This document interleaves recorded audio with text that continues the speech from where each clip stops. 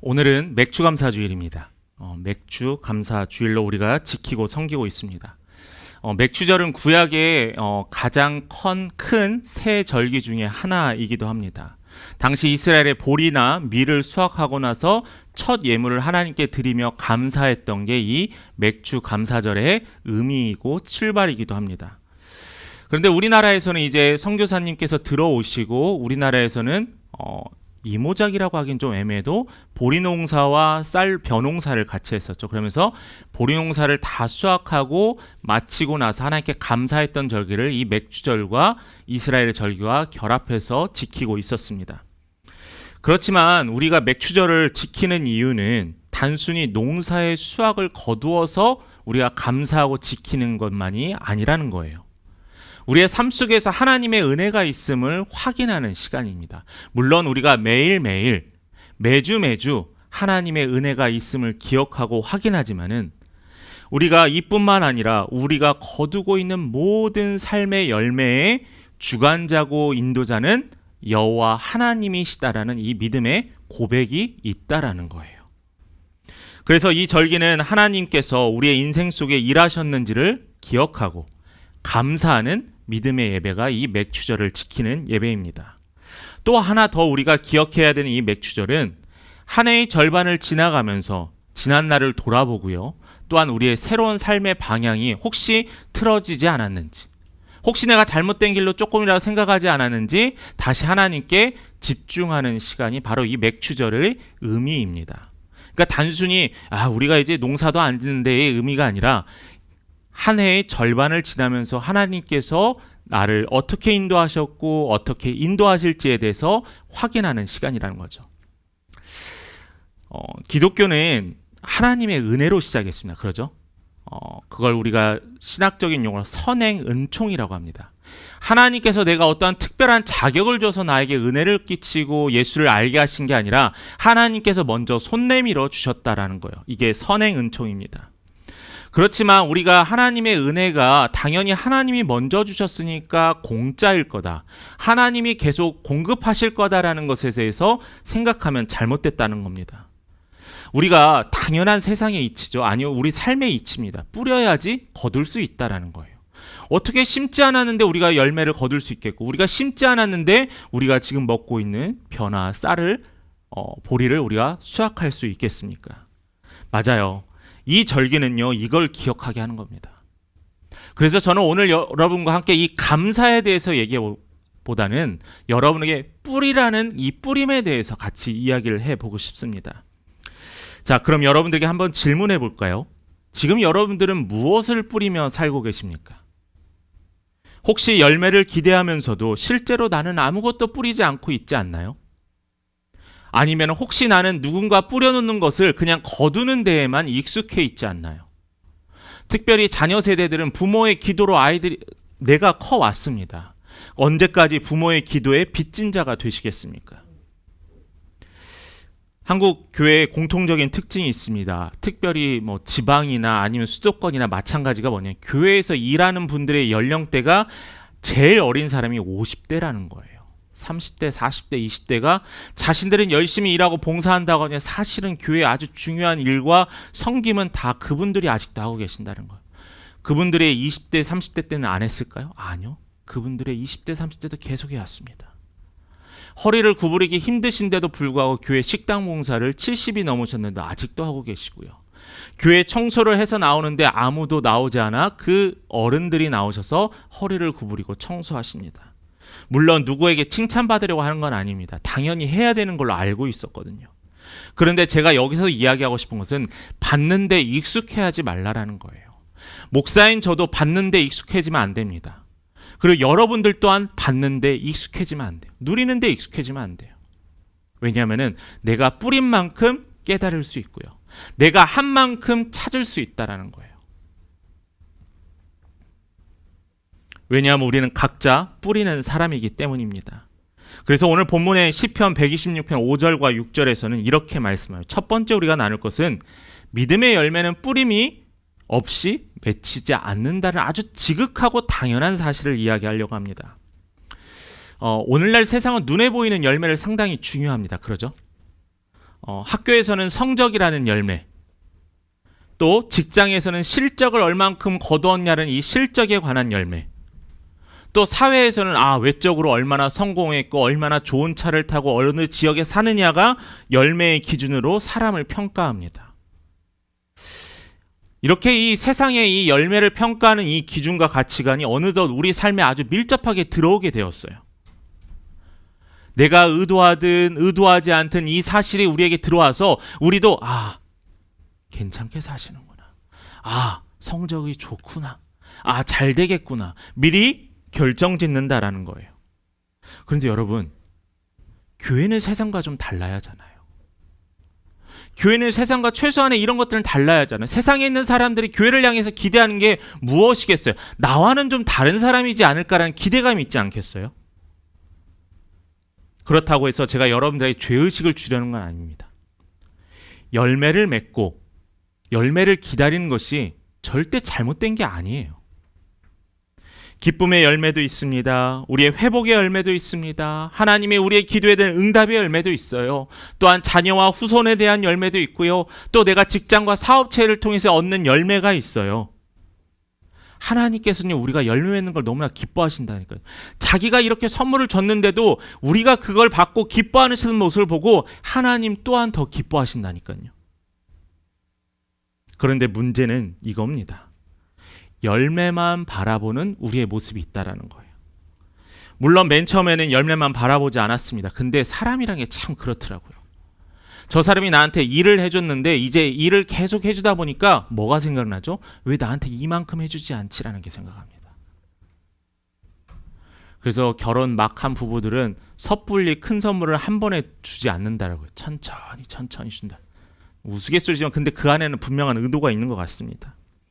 여러분, 열매를 바라보는 우리의 마음이 잘못됐다는 게 아니에요. 뿌림이 없이 열매만 바라보고 기다리는 것이 잘못됐다는 거죠. 왜 잘못됐냐고요? 이것은 열매만 바라보는 것은 하나님 중심의 신앙이 아니라 내 중심의 신앙이에요. 내 만족의 신앙이에요. 내가 만족하면 하나님이 나에게 은혜를 주시고 축복하셨구나라고 그걸 인정하는 거예요. 그게 얼마나 어리석은 자예요. 하나님이 태초에 천지를 창조하시고 우리를 인도하셨는데 우리는 자꾸 내 생각으로 하나님을 해석하고 하나님이 원치 않았지만 내 생각이 하나님의 뜻이냐 우리가 착각하고 살아가는 우리의 어리석은 모습들이 너무나 많다라는 거예요.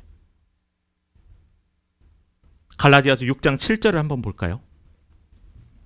같이 읽어봅니다. 스스로 속이지 말라. 하나님은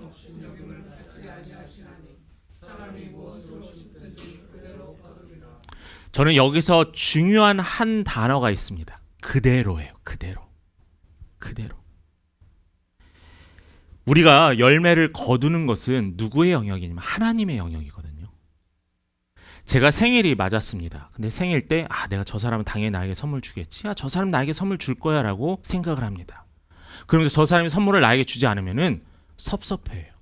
근데 선물은 누가 주는 거죠? 저를 생각하는 사람, 그냥 저를 위해서 그 사람이 주는 거예요. 제가 원한다고 그 사람이 나에게 주어야 될 의무는 전혀 없다라는 거죠. 하나님도 마찬가지예요. 하나님 우리를 너무나 사랑하고 우리에게 손을 먼저 내밀으셨지만은 하나님께서는 뭐라고 했냐면은 사람이 무엇으로 하든지 그대로 심는 대로 거둔다라고 했어요. 우리는 가끔 기도 없이 응답을 기대하고 말씀에 순종 없이 변화를 기대합니다. 그러나 신앙은 절대 그렇게 움직여지지 않아요. 여러분 하물며 여러분 건강을 위해서 매일매일 뜁니다. 맨 처음에 여러분 마음은 나는 마라톤 할 수 있을 거야. 42.19 도전할 거야 라고 하는데 그게 되나요? 절대 안 됩니다. 한 5km요? 한 1, 2km 뛰면 쉬고 싶습니다. 왜 내가 뛰어야지 하면서 왜 내가 뛰는 이유를 찾기 시작해요. 제가 운동을 좀 하고 있습니다. 좀 어깨가 아파가지고요. 운동을 하는데 보면은 가끔 저는 이제 무게를 많이 이제 움직이지 못해요. 아직 힘이 없어서 회복이 안 돼요. 근데 어떤 남자분을 보면은 무게가 제가 생각할 정도로 더 많은 무게를 드는 거예요. 저 사람 부럽다. 나도 할 수 있다면 그 무게를 제가 도전한다고 들 수 있을까요? 아니라는 거죠. 한 성도가 이런 얘기를 한 적이 있습니다. 목사님, 저는 왜 제 삶에 열매가 없을까요? 남들은 다 은혜 받았고 정말 믿음이 성장하고 열매 받은 게 보이는데 하나님께서는 왜 저를 생각하지 않고 열매를 주지 않으실까요? 라고 저에게 이야기했습니다. 그 성도님과 지난 몇 달간의 그 성도님의 일상을 같이 이야기했던 적이 있어요. 그러면서 마지막에 마무리했던 결론은 하나님께서 열매를 안 주시겠네요 라는 거예요. 왜요? 이 성도님은 바라고는 있지만 실질적으로 그 어떤 것도 위해서 뿌리지 않았던 삶을 살았다는 거예요. 말씀을 듣지 않았습니다. 말씀을 묵상하지 않았습니다. 기도의 자리에 나아가지 않았습니다. 성김과 나눔이 없었어요. 그 안에서 어떻게 거둘 수 있겠어요? 사랑하는 성도 여러분, 하나님은 뿌리는 자에게 거두신다는 이 당연히 지극한 사실에 대해서 약속하셨어요. 믿음의 열매는 절대 결코 그냥 열리지 않습니다. 뿌리지 않으면 거둘 수 없다라는 거예요. 그래서 우리는 어떤 자로 부르심 받았냐? 뿌리는 자로 부르심 받았다는 겁니다. 믿음의 세계는요, 아주 단순하고 아주 분명해요.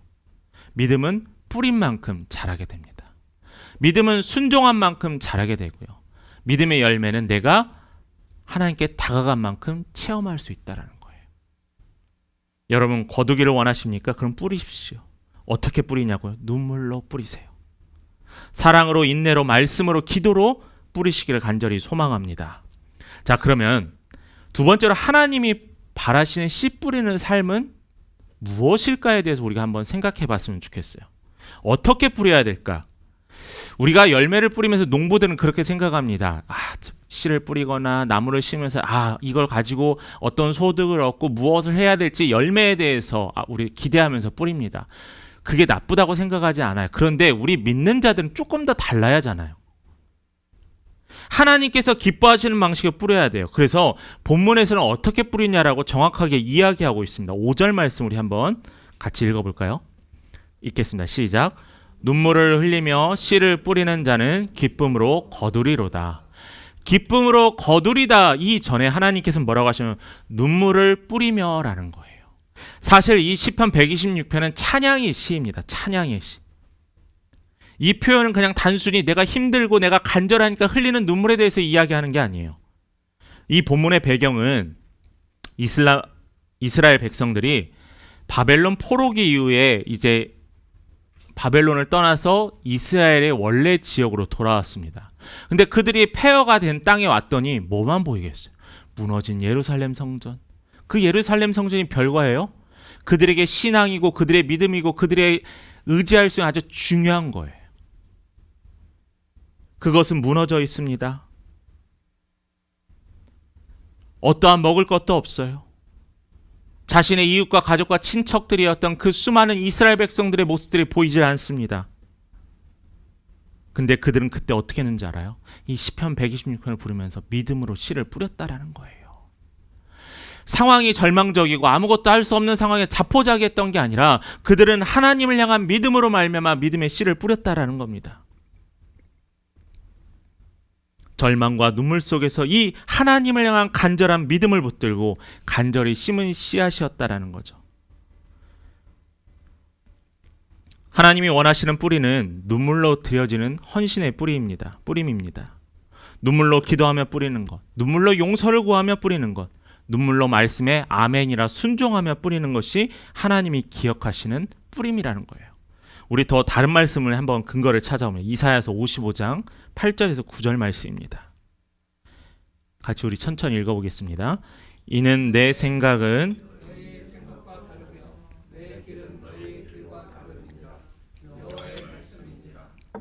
이는 하늘의 땅보다 높음같이 내 길은 너희의 길보다 높으며 내 생각은 너희의 생각보다 높음이니라. 자, 이사야서에서 하나님께서 우리가 생각하는 것과는 다르다라는 것을 확인시켜 주셨어요. 우리가 가는 길보다 하나님이 인도하시는 더 다르다라고 하셨어요. 그러면 우리가 씨 뿌리는 자는 하나님이 원하시는 씨 뿌리는 자가 되는, 그게 바로 눈물로 씨를 뿌리는 자라는 거죠. 눈물로 씨를 뿌리는 자를 조금 더 구체적으로 이야기해 볼까요? 눈에 보이지 않는데도 뿌리는 겁니다. 여기에서 우리가 가보지 않았던 아프리카의 한 나라를 생각해 봅시다. 여기에 케냐 가보신 분 계세요? 근데 케냐가 있다는 사실 여러분 어떻게 아세요? 가보지 않으셨나요? 경험해보지 않은 뉴스나 기록들을 통해서 알 수 있겠죠. 자, 그렇다면은 뉴스나 기록이나 다녀온 사람들의 이야기를 통해서 케냐가 있다는 걸 우리는 압니다. 그렇다면 믿음도 마찬가지예요. 하나님의 말씀과 이미 우리의 믿음의 선조들의 증거와 또한 우리의 이전의 체험들을 통해서 하나님이 존재하신다는 사실을 우리는 알고 있다는 거예요. 그게 믿음이라는 거예요. 내 눈에 보이지 않고 내가 아직 체험을 완벽하게 하지 않더라도 우리는 알고 시작하는 거예요. 그게 믿음이라는 거예요. 나는 상황이 바뀌지 않아도 하나님을 신뢰합니다. 이게 바로 믿음의 씨앗이라는 거예요. 우리는 은혜를 원하지만 종종 또한 은혜의 값어치를 떨어뜨리는 일도 있습니다. 기도하지 않고 응답을 원한다. 회개하지 않고 용서 구하는 삶을 산다. 희생하지 않고 하나님의 축복과 돌봄을 기대한다. 그런데 여러분, 우리가 너무나 잘 아는 성경의 말씀, 예수님께서 이야기, 한 알의 미랄이, 자그마한 이 미랄이 땅에 떨어져서 씨를 맺게 하시는 이는 하나님이시라고 했는데, 우리는 아직 이 믿음이 아직 이 한 겨자씨만한 믿음의 씨앗도 뿌릴 수 없는 상태에 이를 때가 종종 있다라는 거예요. 그리고 이 시간에 예배에 참여하지 않고 세상 가운데 있는 사람들은 이 겨자씨만한 믿음도 없어서 그들은 절망의 길에 서 있다라는 겁니다. 이 말씀을 이렇게 바꿔 말할 수 있습니다. 뿌리지 않으면 거둘 수 없습니다. 지금 하나님은 우리에게 이렇게 말씀하세요. 눈물을 흘리며 씨를 뿌립시다. 당장의 열매가 보이지 않아도 뿌립시다. 우리가 드리는 눈물의 기도, 또한 눈물의 순종, 또한 눈물의 용서가 하나님의 밭에 뿌려지게 되는 거예요. 하나님은요, 우리 하나님은 결코 이 씨앗을 썩게 하지 않으세요. 그렇다면 성도 여러분이 조금 더 실질적이고 또한 여러분 지킬 수 있는 한 3가지 정도를 제가 한번 제안을 해 보려고 합니다.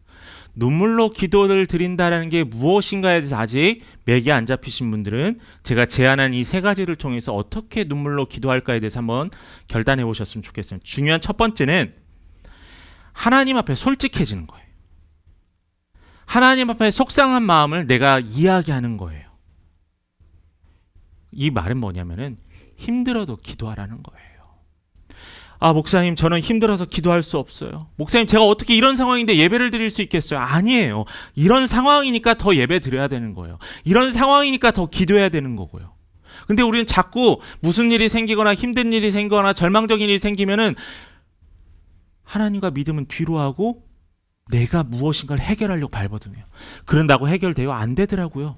저도 마찬가지입니다. 아무리 발버둥 쳐도 안 되더라고요. 저 같으면요, 여러분 믿는 하나님께라면 하나님께 하루 5분이다라고 기도하셨으면 좋겠어요. 하나님, 저 너무 힘들어요. 하나님, 제가 아이 때문에 정말 답답합니다. 하나님, 제가 직장에서 이것 때문에 너무나 힘들어요.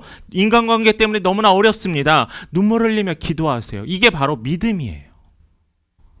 왜요? 해결해 주실 하나님께 기도하고 있거든요. 여러분들의 눈물에 간절한 기도할 때 하나님은 말씀하십니다. 뭐라고요? 순종하라고. 눈물로 기도하는 2번째 방법은 바로 내 뜻을 꺾어야 합니다. 내 뜻을 꺾어야 돼요. 그런 거 있잖아요. 나는 절대 꺾이지 않고 양보하지 않으면서 나는 하나님을 믿는다? 그건 불가능합니다. 고통이 있어도 하나님의 말씀을 따르는 것이에요. 하기 싫은 일을 억지로 하는 것이 아니라 주님, 당신께서 원하시면 하겠습니다라는 기쁨의 다짐과 결단이 필요하다는 거죠. 주님, 내가 손해보더라도 하나님이 하시라면 하겠습니다라는 결단이 필요하다는 거죠. 눈물로 교회를 세우셨던 지난 수많은 목회자와 성도님들의 그 눈물의 헌신의 기도들, 그들의 기도와 헌신이 없었으면 우리가 이렇게 편히 예배드릴 수 있었을까요? 아니에요. 아니라는 거죠. 각 가정에서 여러분 믿음의 첫 시작하셨던 분들도 있는 줄 압니다. 근데 저는 모태신앙이어서 잘 모르겠지만 가정 중에서 처음으로 신앙생활을 시작하신 분들의 어려움은 너무나 많이 듣고 있어요. 가족 중에서 모임이 있는데 왜 너는 교회 가느냐? 너는 왜 예수쟁이가 되느냐? 너는 왜 그 돈 가지고 몰래 빼돌려가지고 왜 교회에다 헌금 다 갖다 바치느냐? 그런 얘기 믿음의 첫 때에는 많이 듣고 핍박도 받은 줄 압니다. 그런데 여러분, 그 눈물의 기도와 그 순종이 있었기 때문에 지금 내 가족이 함께 하나님의 자리에 초청받은 거예요. 3번째 방법이 또 있습니다. 눈물로 기도한다는 것 3번째 방법은 용서예요. 용서. 아직 내 마음이 풀리지 않았지만, 내가 저 사람의 꼴도 보기 싫지만 내 감정보다는 하나님의 말씀에 순종하는 것, 용서하라는, 사랑하라는 것. 가끔 제가 사랑하라고 용서하라는 말을 할 때마다 제 마음이 답답해짐을 가끔 느낍니다. 아, 말씀을 듣는데 용서가 안 되고 사랑이 안 되고 이해가 안 되고. 여러분, 하나님이 결단하길 원하세요. 하나님께서는 나를 아무런 값 없이 용서해 주셨는데 왜 나는 용서를 못한다는 거죠. 성경에서 이 예화도 있잖아요. 돈을 100이라는 것을 빌렸던 사람이 10이라는 걸 빌렸던 사람한테는 받으려고 하고, 100이라는 걸 빌렸던 사람은, 빌려준 사람은 그들을 용서하고 탕감해 줬습니다. 여러분, 우리도 이렇지 않나요? 하나님께서 우리의 죄를 용서하시고 하나님의 전에 인도하셨는데 우리는 어떻게 해요? 내 주변의 조그만 실수에 대해서 용납치 않는다는 거죠. 좀 무뎌졌으면 좋겠어요. 날카롭지 않기를 소망합니다. 이것이 바로 우리가 할 수 있는 눈물에 씨 뿌리는 거예요. 저는 여러분들에게 계속 이야기하는 것은 여러분의 큰 대단한 일을 하라는 게 아니에요. 지금 당장 선교지에 나가서 복음을 전하라는 게 아닙니다. 내가 이 자리에서 할 수 있는 가장 작은 일, 할 수 있는 내 상황이 할 수 있는 그게 작은 일부터 시작한다면은 여러분들은 변하고 있는 것을 여러분 확인할 수 있어요. 내 믿음이 자라고 있는 걸 이렇게 확인할 수 있다는 거예요. 왜요? 뿌리면 되니까요. 조그만 씨앗을 뿌리면은 하나님께서 기어가시고 우리를 열매 맺게 하실 거기 때문이라는 겁니다. 자, 마지막 세 번째로 우리는 조급해하지 않으셨으면 좋겠습니다. 조급해하지 말고 그냥 내버려 두는 게 아니라 뭘 해야 되면 하나님의 때를 기다려야 돼. 하나님의 때. 여름에 요즘 여러분 많이 드시는 작물 중에 감자 있죠? 감자. 찌어 먹고 국 끓여 먹고 볶아 먹고 그 감자가 있습니다. 어느 한 농부가 감자를 심었습니다. 그 동네에는 감자 농사를 많이 짓는 동네였어요. 봄에 씨를 심고 이웃들과 그런데 봄에 씨앗을 뿜고 이제 싹이 나기 기다리는데 이상하게 이 농부의 밭에만 씨앗이 그러니까 싹이 올라오지 않는 거예요. 다른 데는 싹도 올라오고 꽃도 피고 있는데 내 밭에만 아무런 변화가 없는 겁니다. 이 농부는 불안했어요. 불안하면서 어떤 생각했겠어요? 누구나 할 수 있는 생각. 혹시 땅에 무슨 일이 있는가? 파볼까? 내가 다시 심어야 되나? 마음이 조급해진 이 농부는 갖은 유혹을 받았지만 참았습니다. 그리고서 참고 시간이 지나다 싹이 트고 꽃이 피고 열매가 맺었습니다. 그 밑에는 아주 크고 단단한 감자가 맺혀져 있다라는 거예요. 이 예화를 들으시면서 여러분은 벌써 이미 다 예측하셨겠죠. 맞아요. 조급해하면 안 돼요. 왜 우리가 조급해하느냐? 제가 곰곰이 생각해 봤더니 주위 사람들과 비교하니까 조급해하는 거예요. 이 농부가 혼자 감자 농사를 져서 주변에 싹이 나는지 안 나는지 몰랐다면 조급해하지 않았을 겁니다. 여러분들 주위 사람이 무엇이 더 앞서 나가고 더 빨리 나가고 더 완성해 가면은 여러분 마음이 조급해하지 않을 수 있어요. 그런데 우리가 사는 세상은 나 혼자만 사는 세상이 아니에요. 눈에 보여요. 때로는 내가 질투도 느껴요. 때로는 내가 좌절감도 느낍니다. 그런데 하나님께서 이야기하시는 것은 뭐냐면은 씨를 뿌렸으면 기다려라는 거예요. 왜요? 그 영역은 하나님의 영역이기 때문이에요. 하나님의 영역.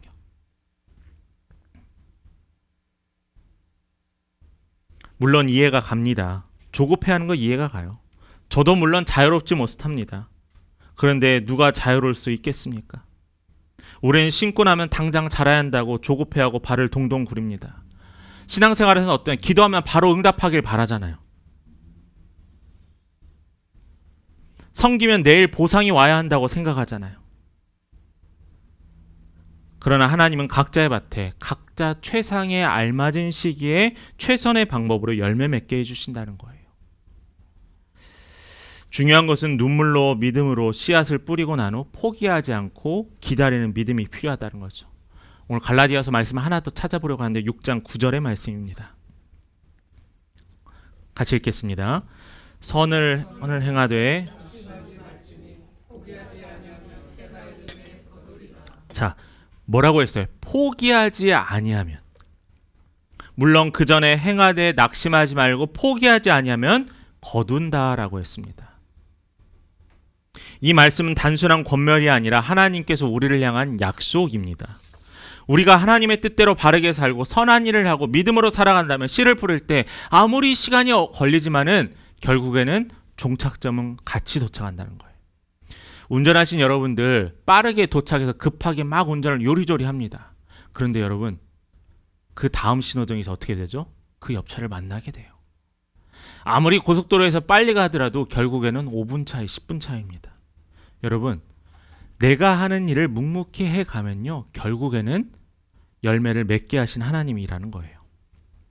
이게 바로 하나님이 일하시는 특징입니다. 하나님은 늦게 역사하시는 것 같지만 꼭 기억하세요. 가장 정확하게 일하시는 분입니다. 하나님은 그 인내에 여러분을 바라보고 계시는 거예요. 하나님께서는 그 인내의 근원은 여러분의 믿음이라는 거죠.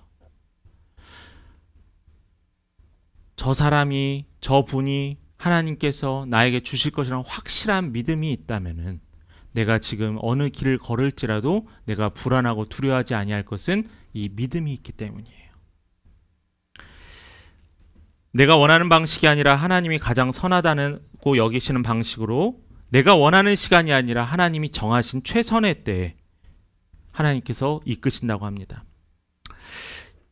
오늘날 우리에게도 뿌림의 삶을 사는 이들이 있습니다. 한 가정이 있었습니다. 10년 넘게 남편의 구원을 위해서 기도했어요. 그런데 아무런 변화도 없고 움직임도 없었습니다. 때로는 하나님을 멀리하고 하나님께 예배드리는 거 핍박하는 것 같은 모습과 말도 할 때가 있습니다. 그때마다 마음의 상처도 있었어요. 그런데 이분은 포기하지 않았으면 낙심하지 않았어요. 눈물로 기도하며 씨를 뿌리는 이 집사님은 10년이 아닌 12년 동안 계속 기도하셨습니다. 이 12년째 되는 해 남편이 교회에 발을 디딛기 시작했고요. 지금은 그 어느 누구보다 뜨겁게 하나님을 찬양하고 예배하는 믿음의 가정이 되었다라는 거예요. 이런 이야기가요, 특별한 사람들의 이야기인가요? 아니에요. 우리 주위에 너무나 많은 사람들이 이러한 믿음의 결정과 결단을 하고 있다는 거예요. 사랑하는 여러분, 오늘 눈에 보이지 않는다고, 지금 변화하지 않는다고 낙심하지 마십시오. 하나님이 나를 사랑하지 않는다고요? 아니에요. 하나님께서 이 말을 들을 때마다 얼마나 가슴이 찢어지시겠습니까? 내가 너를 사랑하는데 너는 나를 사랑 안 한다고 생각하느냐? 내가 더 어떻게 이 이상 더 보여줄 수 있겠느냐라고 하나님 얼마나 안타까워할까요? 하나님은 여러분이 뿌린 씨를 잊지 않으십니다. 때가 이르면 하나님은 반드시 거두게 하신다는 거예요. 그게 하나님의 약속입니다.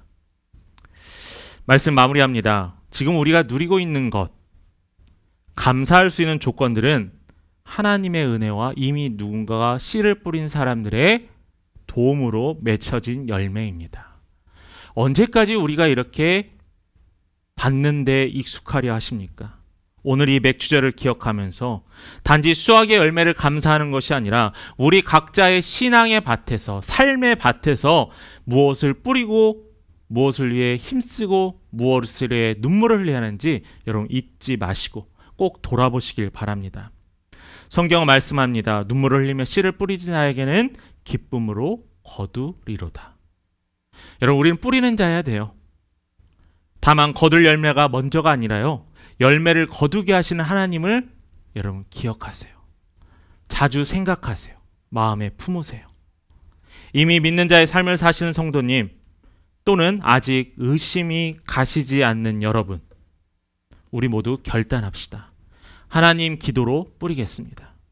하나님 말씀에 순종하며 뿌리겠습니다. 하나님 인내하며 기다리며 뿌리겠습니다. 이제 여러분들의 이 기도가, 이 기도의 제목이, 이 기도의 열정이 하나님께 응답받는 그때가 하루속히 오길 간절히 축원합니다.